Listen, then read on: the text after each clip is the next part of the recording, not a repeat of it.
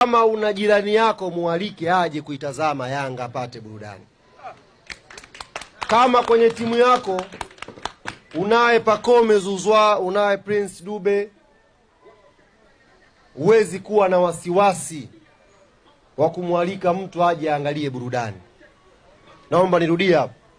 Kama kwenye timu yako, timu yoyote tu ile duniani, una mchezaji kama Max Nzengeli, una mchezaji kama Faisal Salim, huwezi kuwa na wasiwasi kualika mashabiki waje waenjoy burudani. Ni kweli hata kule Chamazi watu wanaenda kuangalia Azam bwana. Ukishakuwa na timu nzuri, huwezi kuwa na mashaka huyu akija sio itakayokuaje. Shabiki jukwani anakuhujumu nini, wewe timu huna? Timu huna. Unaanza kutengeneza vikwazo.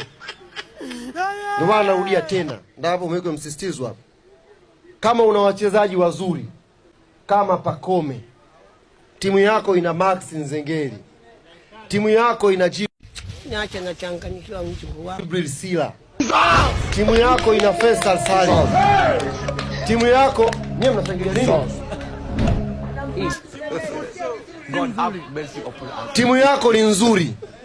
Kwa sababu nchi hii hata pale Azam watu wanataka kuangalia mechi. Uongo kweli? Si mnaendaka Chamazi kuangalia Azam. Mlishawahi kufanywa fujo?